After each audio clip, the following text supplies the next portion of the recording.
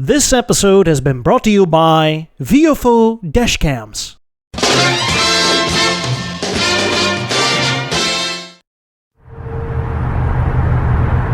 In the vast expanse of the urban jungle, a curious ecosystem quietly thrives. It harbors a variety of formidable creatures, wild horses, such as the Ford Mustang, sinuous serpents, like the AC Cobra, elusive felines embodied by Jaguar.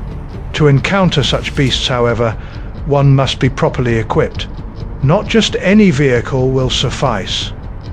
One requires a machine capable of enduring the relentless heat radiating from sun-scorched tarmac, scaling the towering heights of speed bumps, and navigating the unpredictable currents of ceaseless traffic, where steel and motion converge in an ever-shifting dance. Yes, to venture here demands something rather special. A car prepared for safari. The Mohs Safarikar. Thank you, Sir David. He's, a friend of the family. I keep him in my basement. Anyway, when you want to go hunting and spot the big five, you do it in your Mohs Safarikar. Your what from who?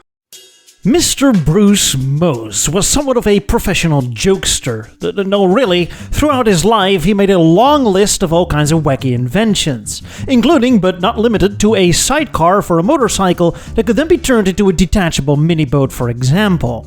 At one point he owned a seaplane company, and during this time he wanted to add another item to his endless list of wacky inventions: building his own car. Under the name of the Mohs Seaplane Company, in the mid-60s, Mr. Mohs went to work to design a car that was ultra-luxurious, appealing to the rise of the personal luxury cars, as well as the safest car out there, around the time car safety started to become a public concern. In 1967, Mohs released its first prototype, the ostensibly ostentatious 1968 Mohs Ostentatienne Opera Sedan. And this is it. But before I show you all of its fine details, first a quick word from our sponsors. With so many crazies out on the road these days, me definitely not included, you might want to think of adding some extra security to your car. Get yourself a dashcam. Get yourself a VFO dashcam. The VFO A119M Pro is one amazing dashcam. The camera records in 4K for crystal clear video quality both day and night. The camera records and saves all the footage while you're driving your car and automatically overrides the oldest footage when the memory card is full. But with the automatic event monitoring, the VFO automatically saves recordings when it detects an accident, so that important evidence is never lost. You don't just get the cam, but a complete set of additional tools that allows you to easily install it into your own car. In about 10 minutes, you have hooked up your VFO dashcam to your car's charger without unnecessary cables cluttering your interior. But wait, there is more! You can get accessories for your VFO dashcam, including this Bluetooth wireless remote control, as well as this hardwire kit, because you can probably imagine that most of the stuff happens to your car during the middle of the night where you're asleep. Well, VFO also comes with a parking mode, so that it registers during the night when your car is parked activities in or around or at your car. Therefore you need the hardwire kit so that the dashcam is also hooked up to your car's battery without ever draining it. Additionally, you can also get the VFO app, which allows you to directly transfer the files from the camera to your smartphone instead of taking out the SD card, putting it into a computer, etc. You get it. I'm as happy as can be that every time I drive, I have the peace of mind that if ever something happens, I have proof, thanks to VFO. And so should you. Click the link in the description or go to the VFO website. Buy the dashcam you like and receive a special 10% discount on your order using the code edsautoreviews. Get an extra layer of security. Get a VFO dashcam.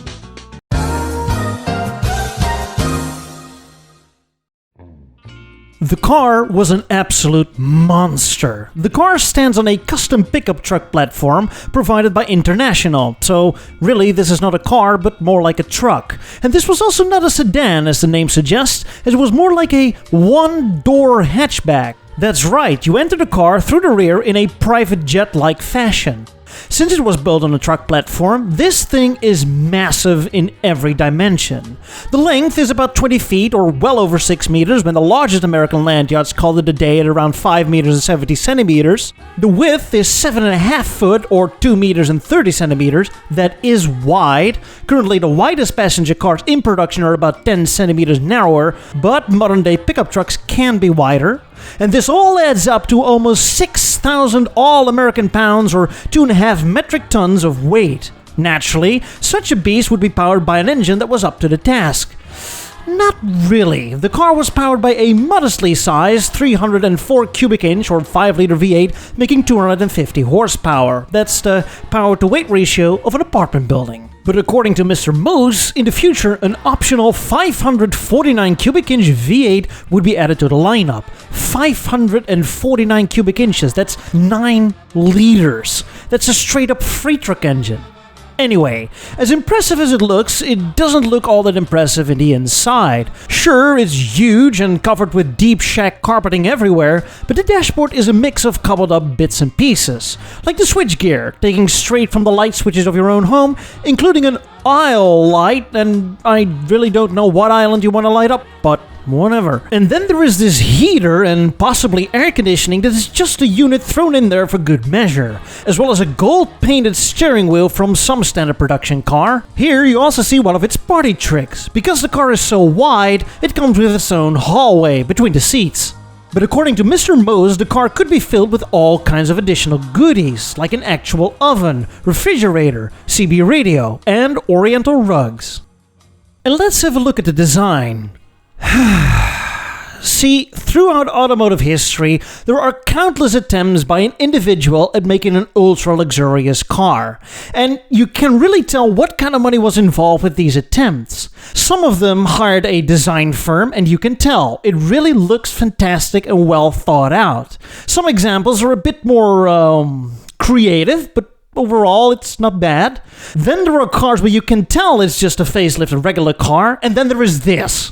Is this a joke? The proportions are all over the place. The windshield in the greenhouse is massive. The window trim is almost non-existent. The body lines and curves are very simple. The waterfall grille on the front is absolutely gargantuan and out of proportions with the rest of the car. The headlights are standard dual-round headlight units probably stolen from some late 50s car and turned sideways, hidden behind this cheap-looking gold-painted grid. The same goes for the taillights, which are exactly the same, but the glass is replaced by red glass. And finally, the bumpers are oversized and look very crude. All in all, it's an uncohesive and unrefined design if you ask me. But if you were a sucker with too much money in '68, well, then the prices ranged between $20,000 to $25,000 back then. For that kind of money, you could have bought 4 to 5 Cadillacs. And that's my main issue with this car. For the price of a small home, you have this. A car designed by a 5-year-old, built on a farm truck platform, that proudly proclaims it handles nothing like a Cadillac or a Lincoln, which I like to believe as it probably rides nothing like a Cadillac or a Lincoln with 6,000 pounds on a leaf spring truck chassis. Naturally, this attempt at building a luxury car went nowhere. Only one prototype was built. But that wouldn't stop Madman Mohs from trying again. 5 years later, in 1973, Mohs released the Safari car.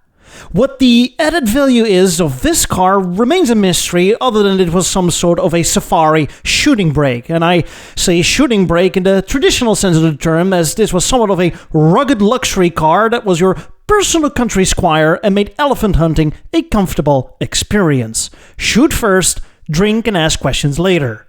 This one also rides on an international chassis based on the Travelall SUV and follows a similar recipe. Up front you have the oversized waterfall grille, now with hood ornament. Instead of dual, a set of singular headlights are installed behind the gold-painted railing. The bumpers once again live by the mantra of be there or be square and are illuminated. On the back you find a spare tire and 6 taillights. The rear is graced by the name of the car in a font size so large even blind people can read it. And get this, in a day and age when vinyl tops on cars were all the rage and started to cover more and more of the roof, this one is completely covered in vinyl. 7,000 stainless steel staples keep these layers of Naugahyde skin together. Why did they do it? Well, so that the car doesn't reflect at night. So that the car doesn't reflect at night. So that it doesn't reflect at night. Power comes from a 392 cubic inch or 6.4 liter V8 that, due to the latest emission controls, made a relaxed 190 horsepower. This time it has the power to weight ratio bumped up from an apartment block to a skyscraper. The interior is a little more straightforward and less luxurious than the previous prototype. This time, the standard dashboard and steering wheel of the International Travelall is retained, but the car does offer 3 seats. Are they comfortable? No, not exactly, as they're the type of sports bucket seats, like actual race car seats. Just behind that, you have a bench that could be turned into a bed and space to store your guns. Now, this was also a manually operated convertible, and the doors slide out and away from the car, easy entry and exit, as well as being able to stand in the car for shooting. Ivory poaching was never this comfortable. Instead of 1 prototype, 3 were built, and 2 are known left to exist. One of them was on sale a few years ago, with an expected value of about $350,000, and I seriously consider this to be close to the original retail price, adjusted to inflation of course, back when the car was released. Anyway, this car also didn't enter regular production, and from here, the automotive adventures of Madman Mohs came to an end. Happy hunting!